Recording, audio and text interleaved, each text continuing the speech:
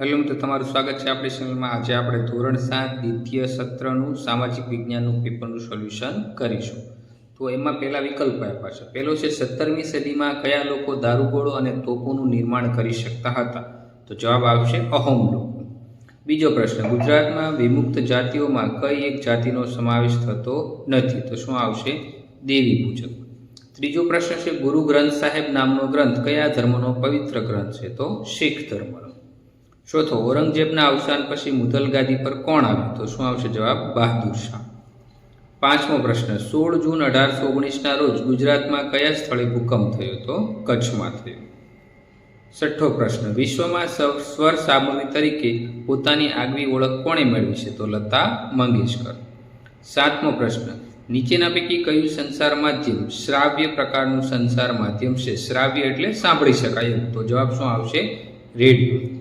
આઠમો પ્રશ્ન, જ્યાં ખરીદનાર અને વેચનાર ભેગા થતા હોય તે સ્થળને શું કહેવાય?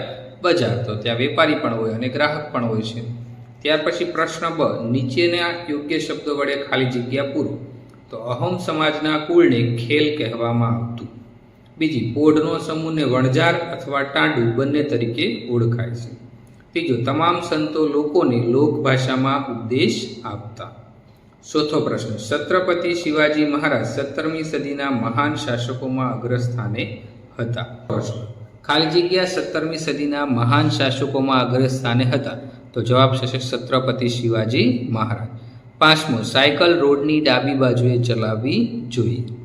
છઠ્ઠો પ્રશ્ન, વન સંરક્ષણ માટે શાળામાં ઇકો ક્લબની રચના કરી વિવિધ પ્રવૃત્તિઓ કરવી જોઈએ. સાતમો પ્રશ્ન, સુષ્મા સ્વરાજ આપણા દેશના પ્રથમ મહિલા વિદેશ મંત્રી હતા. આઠમો પ્રશ્ન, મનોરંજન માટેનું લોકપ્રિય દ્રશ્ય શ્રાવ્ય એટલે સાંભળી પણ શકાય અને જોઈ પણ શકાય. તો શું આવશે જવાબ? ટેલિવિઝન.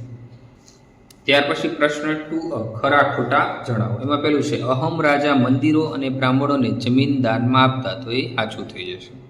બીજો પ્રશ્ન, 1857ના સંગ્રામમાં વિચરતી અને વિમુક્ત જાતિઓનો અંગ્રેજોને સાથ આપ્યો હતો. તો વિધાન ખોટું છે, તેઓ અંગ્રેજોના વિરુદ્ધમાં હતો. ત્રીજો પ્રશ્ન, પ્રેમાનંદ એ ગુજરાતી ભાષાના આદિ કવિ. તો ગુજરાતી ભાષાના આદિ કવિ નરસિંહ મહેતા છે, પ્રેમાનંદ નથી, એટલે આ ખોટું થશે. ચોથો પ્રશ્ન, બહાદુર શાહના અવસાન પછી મહંમદ શાહ મુઘલ ગાદીએ બેઠો. તો આ વિધાન ખોટું છે. વાવાઝોડાને ચક્રવાતની નામે ઓળખાય છે. તો સાચું વિધાન. છઠ્ઠો પ્રશ્ન, માનવ સંસ્કૃતિમાં માનવ વિકાસના તબક્કા ખનિજોના નામ પરથી ઓળખી શકાય છે. તો આ શું છે? ચારસો પ્રશ્ન થશે. સાતમો પ્રશ્ન, ખોરાક માનવીની પ્રાથમિક જરૂરિયાત. તો સાચું થશે. આઠમો પ્રશ્ન, જથ્થાબંધ માલસામાન વેચનાર વેપારીને છૂટક વેપારી કહે છે. તો આ ખોટું પ્રશ્ન થશે. ત્યાર પછી જોડકા જોડો. એમાં તરણેતરનો મેળો તો 5 નંબર સુરેન્દ્રનગર થશે. પલ્લીનો મેળો તો 4 નંબર ગાંધીનગર થશે. ભવનાથનો મેળો 2 નંબર જુનાગઢ થશે. પોઠાનો મેળો ક્યાં ભરાય છે? અમદાવાદમાં ભરાય છે.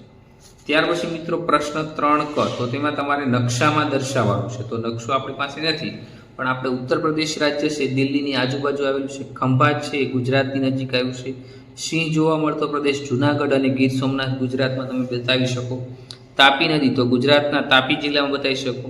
ત્યાર પછી જયપુર સિટી, જે પિંક સિટી તરીકે ઓળખાય છે, એ ક્યાં છે? રાજસ્થાનમાં આવેલું છે. ત્યાર પછી પ્રશ્ન 3 છે, નીચેના પ્રશ્નોના ઉત્તર 1-2 વાક્યમાં લખો. એમાં પહેલું છે, આદિવાસી સમૂહની સૌથી મોટી ઓળખ ક્યાં જોવા મળે છે? તો એની ઓળખ શું છે? વિશિષ્ટ પરંપરાઓ, બોલીઓ અને પોશાક એની શું છે? સૌથી મોટી ઓળખ છે. બીજો પ્રશ્ન છે, નટ બજાણિયા જાતિના લોકો શાની કલા માટે જાણીતા? તો દોરડા પર ચાલવું અને વિવિધ અંગ કસરતના કલા માટે જાણીતા છે.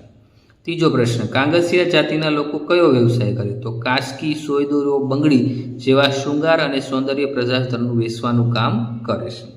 એકેશ્વર પરંપરાના મુખ્ય સંત કોણ હતા? તે તમારે જાતે ગોતવાનો, એકદમ ઇઝી પ્રશ્ન છે. પાંચમો, કેરળમાં યોજાતી નૌકા સ્પર્ધા કયા નામે ઓળખાય? તો વલ્લમકાલી તરીકે ઓળખાય છે. છઠ્ઠો પ્રશ્ન, બંગાળના પ્રથમ નવાબનું નામ શું હતું? તો મુર્શિદ કુલી ખાં. સાતમો પ્રશ્ન, વાવાઝોડું એટલે શું? તો વાતાવરણમાં હવાના દબાણમાં સર્જાતી અસંતુલનને કારણે ઉદ્ભવતા વિનાશક તોફાની પવનોને વાવાઝોડું કહે છે.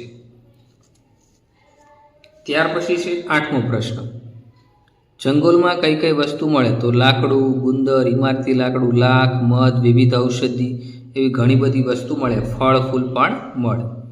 9મો પ્રશ્ન, કચ્છના મોટા રણમાં કયા પક્ષીઓ જોવા મળે? તો સુરખાબ અને અન્ય પ્રવાસી પક્ષીઓ કચ્છના મોટા રણમાં જોવા મળે. પોસ્ટ ઓફિસ દ્વારા પૈસા કઈ રીતે મોકલી શકાય? તો મની ઓર્ડરથી તમે પૈસા છે એક જગ્યાએથી બીજી જગ્યાએ મોકલી શકો. તો પોસ્ટ ઓફિસ દ્વારા મની ઓર્ડરની રીતથી તમે પૈસા મોકલી શકો. ત્યાર પછી પ્રશ્ન 4 છે, ટૂંકમાં ઉત્તર લખો. તો વિચરતી જાતિના લોકો અને સ્થાયી ખેડૂતો વચ્ચે કયા પ્રકારનો વિનિમય થતો હતો, શા માટે, એ તમારે લખવાનું છે. તો આ બધા પ્રશ્નો ટેક્સ્ટબુકમાં પણ આપેલા છે અને આપણા અસાઇનમેન્ટ અથવા નવનીતના પણ આ સોલ્યુશન આપેલું છે. ગુરુ નાનક વિશે 3-4 વાક્યો. તો શીખ સમુદાયના પ્રથમ ગુરુ હતા. પછી છત્રપતિ શિવાજી મહારાજ, તો આપણા ભારતના મહાન રાજાઓમાંના એક છે, 17મી સદીના મહાન રાજા છે. તેમના માતાનું નામ જીજાબાઈ હતા. દાદા કોડકદેવ હતા. એમના ગુરુ વિશે તમે લખી શકો. પૂર દરમિયાન શું કરવું જોઈએ? તો પૂર દરમિયાન શું કરવું જોઈએ? ઉકાળેલું પાણી પીવું જોઈએ, નદી કિનારે જવું ન જોઈએ, એ બધું લખી શકો. 5મો, મહિલા સશક્તિકરણ માટે સરકારના કેવા પ્રયત્નો કરે? તો બેટી બચાવો, બેટી પઢાઓ, પછી બાળ શિક્ષણ, વિવિધ પ્રયત્નો સરકાર કરે, તમે લખી શકો. લોકશાહીના સંચાર માધ્યમો કેમ ઉપયોગી છે? તો જાગૃતતા ફેલાવવા અને લોકોમાં લોકશાહી પ્રત્યે આદર જન્મે એના માટે સંચાર માધ્યમ ઉપયોગી છે. ખાદ્ય પદાર્થો ખરીદી વખતે કેવી કાળજી રાખવી જોઈએ? તો ખાસ કરીને આપણે એની એક્સપાયરી ડેટ જોવી જોઈએ, ક્યારે બની છે, ખાદ્ય પદાર્થમાં કઈ કઈ વસ્તુ વપરાણી છે, એ બધું તમારે જોવું જોઈએ. આ બધાના જવાબ આપેલા છે. ત્યાર પછી પ્રશ્ન 5 છે, 6 વિસ્તાર ઉત્તર લખો.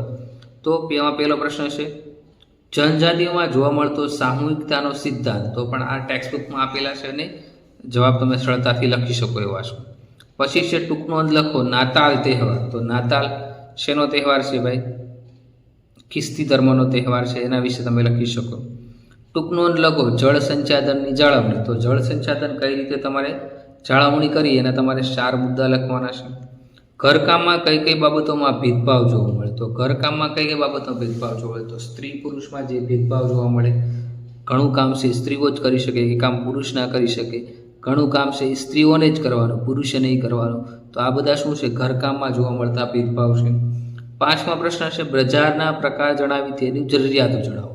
તો બજારવાળા ચેપ્ટરમાં તમને આ બધા પ્રકાર આપ્યા છે અને એની જરૂરિયાત પણ આપી છે અને એના વિશે વિવિધ માહિતી પણ આપી છે. તો આ એક શું છે? આપણો એક આઈએમપી પેપર થયું. જેમને પણ પેપર બાકી છે તે આના ઉપયોગ દ્વારા શું કરશો? તમે સારા માર્ક મેળવી શકો છો. બાકી મિત્રો આવતા બધા પેપર માટે તમને બેસ્ટ ઓફ લક.